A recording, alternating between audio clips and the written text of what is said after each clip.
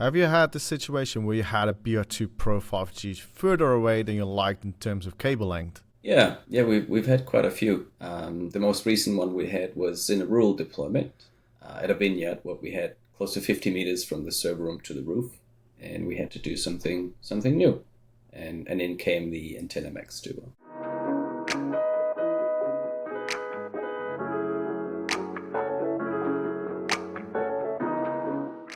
Hello and welcome to a new episode of the Peplink podcast. The podcast where we dive into the latest innovations in Peplink solutions.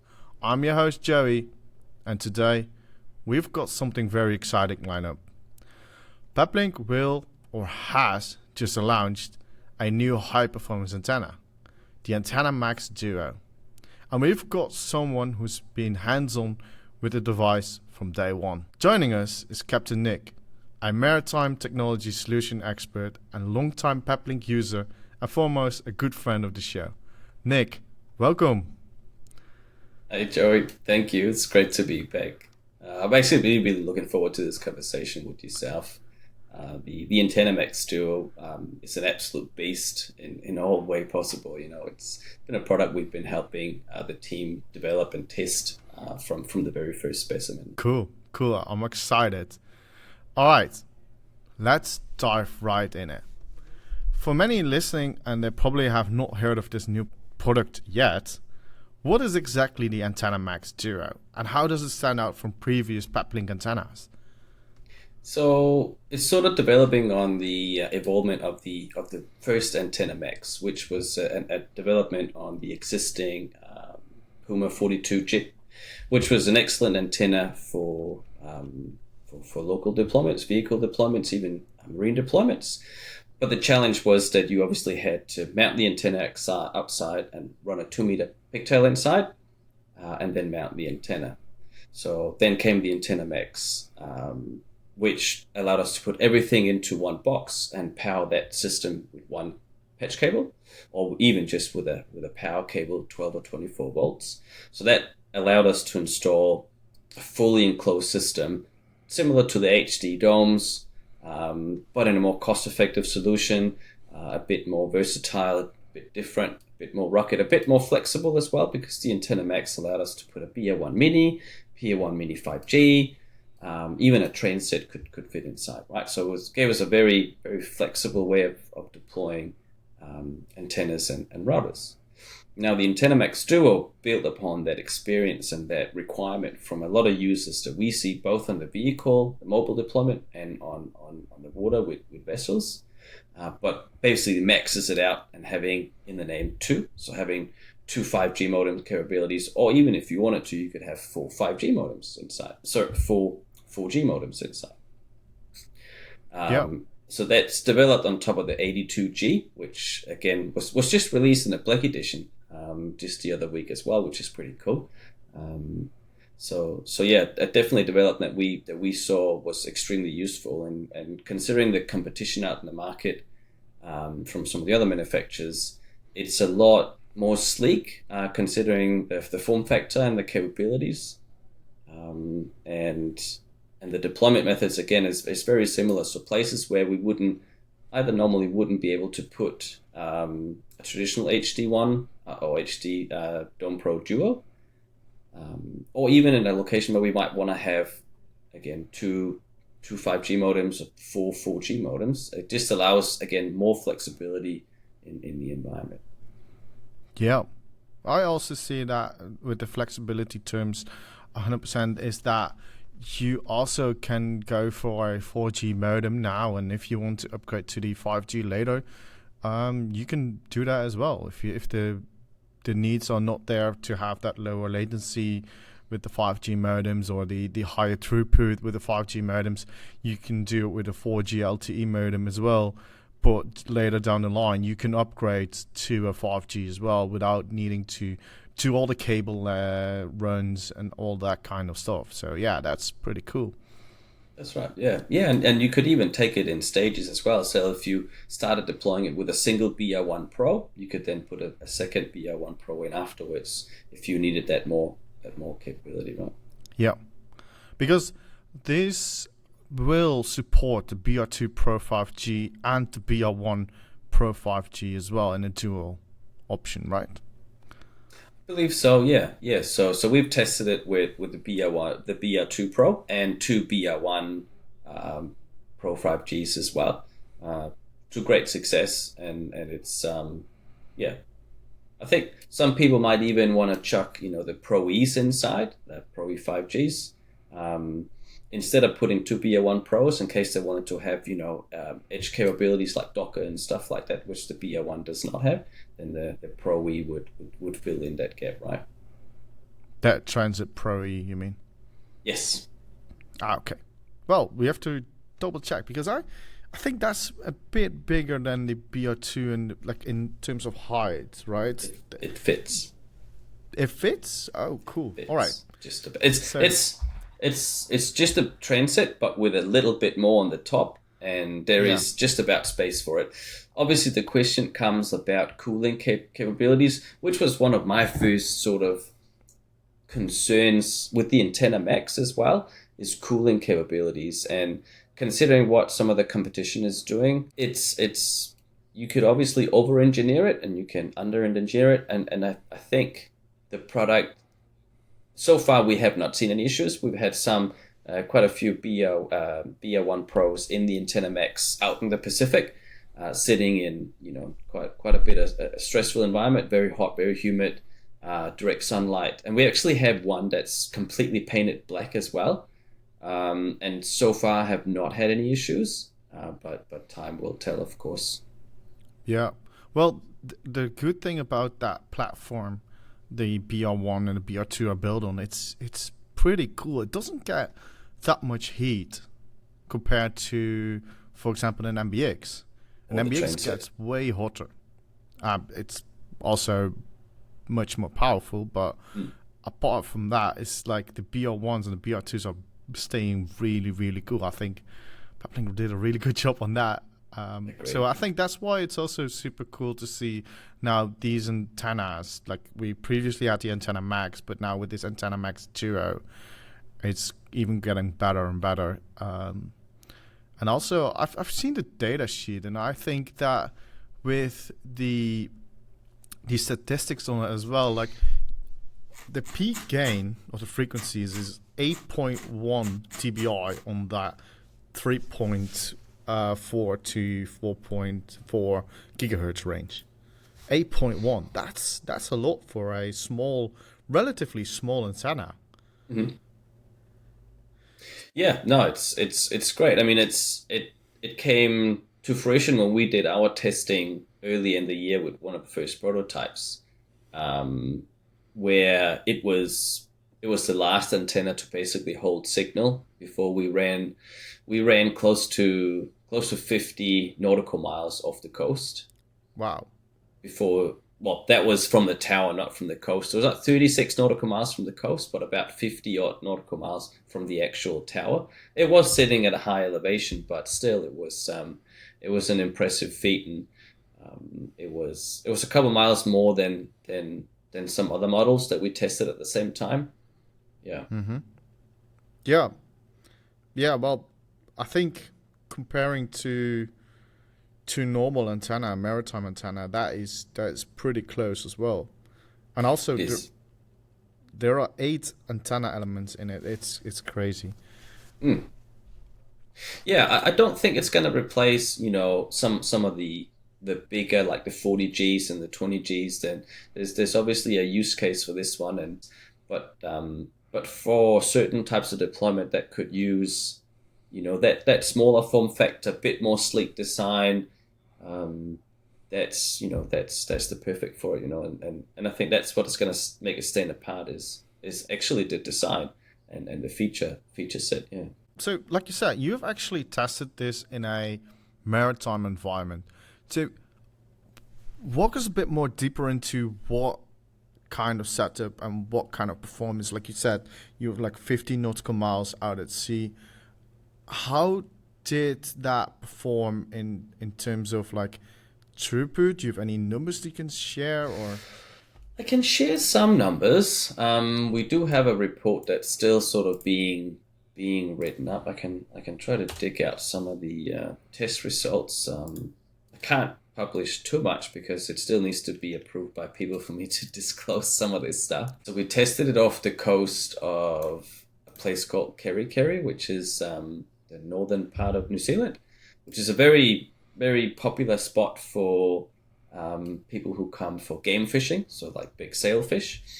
And one of the reasons why we went out at that particular place, not only because I had a couple of friends that had some nice boats we could take out, but also because exactly at 30 nautical miles from the coast is where everyone goes fishing. And everyone is like, the second they go out fishing, even with a decent setup, well, a decent setup in their eyes, they don't have any internet out there. So I said a couple of years ago, I said, well, we'll give a kit to one of the great sport fishing guys, which is a guy called Matt Watson. He runs he used to run what's called ITM Fishing Show, and now he runs Ultimate Fishing. Now he goes out now every time. He has a Starlink on the boat as well. He never uses Starlink. He only used, and that was all done with a 42G and a BR1 Pro, which is the same platform as the Antenna Max. And that's fully embedded within it's a 9-meter aluminium boat that he goes out fishing on, and it just works every time. He does live streaming. I think most of the time they're about 25 nautical miles off the coast. So, that sort of pushes the limit of what most of these devices would work at anyway, and it just does the job. Nice. Cool. All right. That's actually not that high up. If it's a 9-meter boat, that's not going to be high up any mast like you have on those big super yachts and stuff like that. So that's quite impressive. It's very impressive, yeah. And considering the cost as well of the Antenna Max and the Antenna Max Duo. So yeah, it's very impressive. To give you some speeds, at 32 nautical miles from the coast, not from the tower, that's about 45 nautical miles from the tower, we got 40 megabits down. Wow. And we had a latency of 80. Wow. That's still good to do any Netflix, do any like downloading and stuff like that. Wow. That's impressive. And then as we got further out, 34 nautical miles out, we were getting and that's on the Antenna Max, not the Duo. We got 4 down. And then we got all the way up to 35.3, and then the Max Duo got 8.5 down, and about close to 120 milliseconds latency. So still hanging on and still usable, but that was just around sort of that corner when it would stop working, right? Still able to get a 1080p stream in. Totally. But I mean, what was really fascinating is most of the antennas that we tested, all of them, the sweet spot was actually between 15 and 25 nautical miles from the coast. And we've tested in a couple of different places, and they all sort of seem that, obviously because of the design of the aperture, of the design of the antennas, that was sort of the perfect spot. And most of the antennas got more than 100 megs down between that range from the coast. Yeah, wow. So from 15 to 25 nautical miles, so 50 kilometers from the coast, we were still getting, 100 plus megabits down on 4G on LTE. Wow, that's a lot. It's impressive to consider how far out you can get and how cost effective some of these packages are. And that's all running on band 28, which is 700 megahertz. Which is not a very fast band, but it can travel really far. And that's what we quite commonly use down in Australia and New Zealand. So very impressive. And we were very happy with those results across the board. Yeah. What were the conditions? Because that is one of the things that is also helping out with a good connection is if the conditions are right? So did you have any, what was the weather conditions on that? So one of the days we were testing, we tested 2 different places, 2 different days. One of the days, it was a little bit choppy. We had maybe a meter and a half swell. So it was going up and down a little bit, not very much, but enough to make, the antenna design play a part, right? So we could see that some were definitely working better than others at some conditions.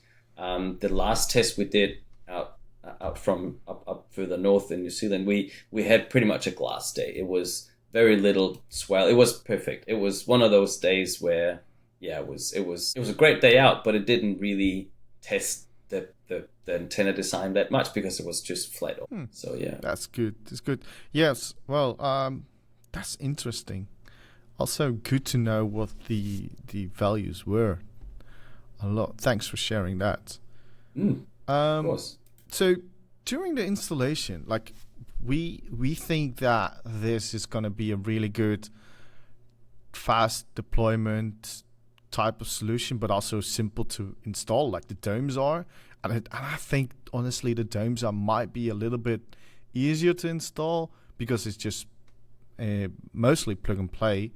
But this Antenna Max Duo with a BR2, you can pre-install the BR2 in the office and then go out to the vessel, go out to a RV or location really remote where you just don't want to spend enough time or like a lot of time installing all of the antennas and all the antenna cables. It's a quick installation. How did that work out for you during this test? Yeah, very much like you said. So all the antennas that we tested and deployed, they were all prepped in the workshop, right? So we've had all in-one antenna units fitted prior to, and we fitted all of them with PoE systems, right? So as we came on board and started deploying the antennas, it was just a matter of mounting them on the railing and pulling cables down. Now we deliberately brought 50 meters of cable for every single one of them, and we ran all of them on the same style of PoE injectors. And yeah, like I said, it took us maybe 20 minutes, and that was more us taking us good time than, I mean, that was not a complete install, but basically strapping it down, bolting it onto a railing, running cables down, plugging it in, and we were online. That was pretty much how it went. Yeah. Cool, because so the mounting options included into the package, if you buy an Antenna Max Duo, is the L mount, and then you got the fixation screws for the router, and then you got the RG45 glands and the RG45 caps. But also you got a double-sided 3M adhesive pad with that as well. So I assume you use the L mount for this, right? We did, yeah. So similar to the Antenna Max, it comes with an angle bracket mount. The one for the Max Duo, you have to mount it on top of a pole. It obviously, because of the sheer size of it, you could, but you have to make some sort of adaptation bracket to mount it, against the pole on the side, but it's sort of designed to be mounted on top of something or on a railing. Alternative to that, the footprint is actually marked out as a VSAT print as well. So if you were to decommission like a smaller TV dome or like a smaller VSAT dome or fleet broadband antenna, that would actually fit the mounting holes of that antenna. So there's been some thought around that, and we may have played a role in that. The adhesive part of it is great. I mean, all the Antenna Max as well come with that. I would never trust it on its own, but that's just personally. But it's a great way of obviously further securing it down. Yeah. Yeah. Well, I've been speaking with Gideus about that adhesive pad because we're gonna test it out, and I've especially for the Antenna Max S, which is coming up in the next episode. So stay tuned for that. But we've been talking with Gideus from Peplink about this and see how fast we can travel with the adhesive pad. And it's actually, and I will not spoil it, but it is actually pretty hefty wind speeds that it still can handle. So there's only one way to find out, right? Test it out. Oh, absolutely. I mean, there's one thing is testing a brand new product on a surface that's prepared for it. And another thing is 3 years down the line, how does that material actually look like, because especially in the environment that we normally work in, we get everything from extreme cold to extreme heat to extreme wind to hail to, all sorts of things. And depending on where you are, you might have different types, even things like moss. Different types of moss can actually eat into different types of foams, different types of silicon. There's a reason why there's a special type of silicon we use in the marine space, for different things. It's not just a matter of having a very good glue. It's about having a good product that's going to last the test of time, Yes. right? And we will see. Like I said, I would not solely rely on that. I would rely of it as one of two solutions of fixing it down with. Yeah. Well, I think it's the adhesive pad is a solution that is temporary. It's not fixed for like years. It should be used in a situation where you have like, okay, I'm gonna need this for a week or 2 weeks, and it's just like I need to deploy this now, and I need to take it off in a week, and then I use another pad to really put it on a different like car or something. So yeah, I think that's I think definitely for a temporary deployment, it's doable. I think you're right. I mean, there's obviously cases like if you're going to put this on a building, or maybe even an RV, I'd say you could probably do this semi-permanently with the pad because, again, it depends on the environment you're putting it in. It depends on how everything is, right? So I think for a building, it'd probably be fine because there's not going to be something that's going to blow it off unless you live somewhere near a hurricane or storm or something. But even in that case, Yep. it's going to take quite a lot of force to take it off. Even we've secured quite a few, like the 42Gs and even the 22s and the 20s with the pad with a hole in it without actually screwing it down. And yeah, there's still going fine now. Yeah. Well, that brings me to the next question for you is what kind of use cases do you see this? Like you said, RVs. I think that's also coming back to the adhesive pad, sorry, but that is also seasonal, so you probably need to prepare it for the season and then remove it after the season. But anything else that comes to mind in where you want to deploy this? Or have you any like applications where you're like, I wish I had it then, and explain a bit about that? Yeah, no, absolutely. I mean, yeah, the RV is a great one, and that's going to definitely be a use case. Obviously, marine is a given because we can see this having a lot of use case. But one thing that we recently discovered, we had quite a few customers that comes to us for rural connectivity. So being in the middle of nowhere where there's poor connectivity, and we actually have a couple of deployments coming up where we're going to use the new Antenna Max Duo in a vineyard. So where they have a very, very large viticulture building where they need to get Wi-Fi into. So the distance between where we can get power and where we can get all the infrastructure for the building is 50 meters from the roof. And traditionally we would just put in, an HD2 dome or an HD1 dome. But in this case, they wanted to have it. They have a certain budget, and they also had the requirement for putting in Starlink. So we needed the capabilities for plugging in Starlink, for plugging in multiple LTE at the same time as a Wi-Fi connection. So they actually have a WISP provider in the region that they wanted to combine.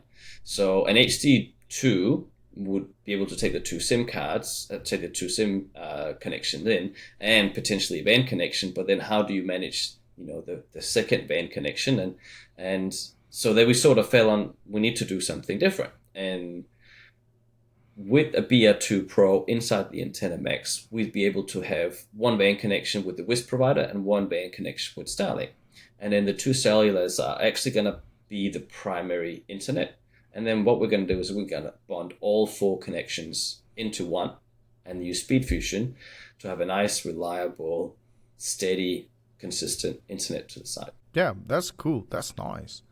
Especially because we're recording this literally in the aftermath of the Starlink downtime, right?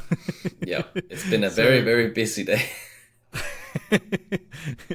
A busy day for you, busy night for our team as well.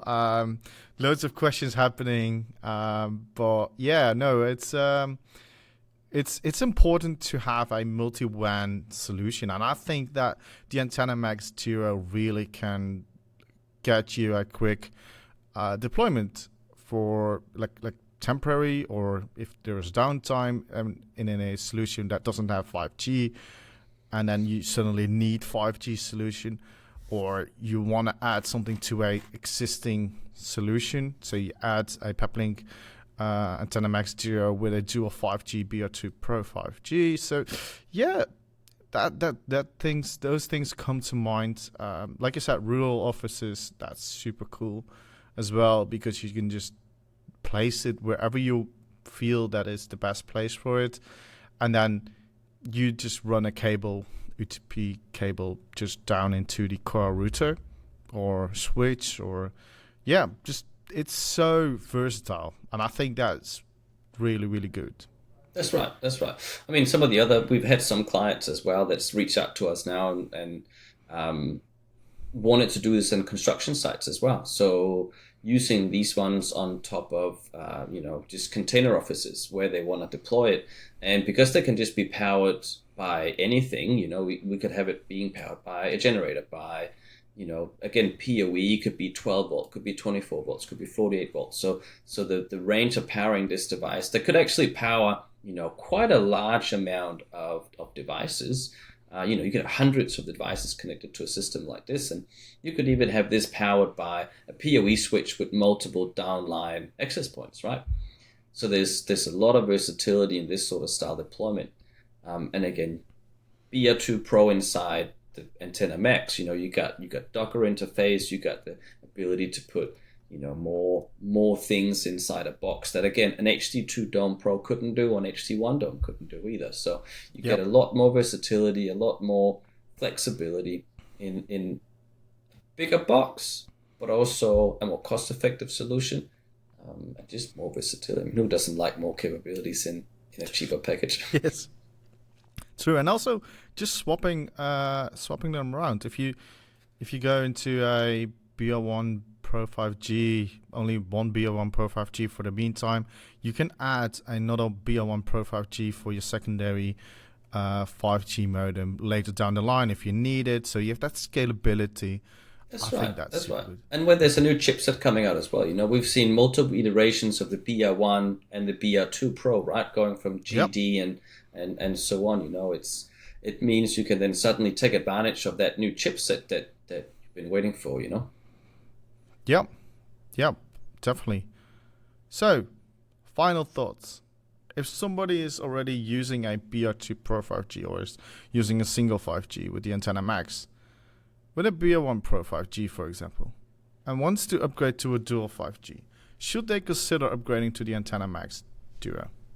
I think so. It obviously depends on the deployment and the environment they're in, but if there's a need for the standard Antenna Max and they want to upgrade for more capabilities, absolutely.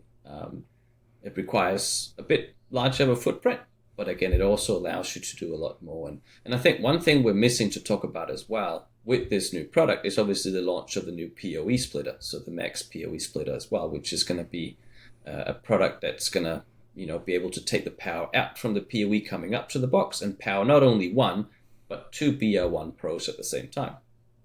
Yes. Yeah, that's quite exciting, isn't it?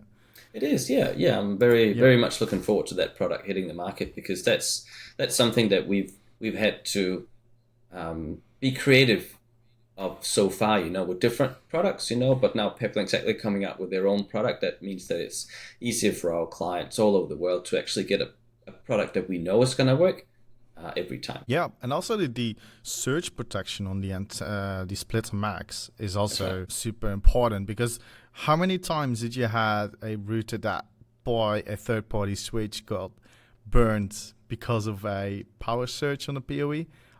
I've seen it a few times, especially in areas where the power budget is not as stable as you have in a controlled environment. And of course, you could use an UPS to really try to do that, but it's still electric components, and there is always a chance that something doesn't go to plan. I think having the Max splitter really helps in preventing a BR1 or any other device that doesn't have the PoE. Yeah, it's able to do that. And also you can put this in front of the BR2 as well to protect the BR2. Mhm. Absolutely. No, lots of capabilities. Very excited for that one, that's for sure, yeah. Yeah. And it makes it a nice clean install as well, you know. So again, power such a device just purely based on PoE is a great feat, you know. Yeah. Cool. All right. Well, I think that's it for today. Thanks so much for joining us. And thank you everyone for listening. We'll have the links in the specs for the Antenna Max Duo down in the description, or follow the socials wherever you get your Peplink information. Check the Peplink forum, check the Peplink website for a data sheet. Be sure to subscribe and tune in for the next episode as we explore more Peplink products for shaping the way we connect. And the next one, like I said, will be the Antenna Max S. This is a really nice product as well that Peplink is coming up with, the integration of the Starlink Mini into an Antenna Max. So that's super exciting. No, thank you, Joey. It's been a pleasure, and thanks for having me. Looking forward to coming back next time.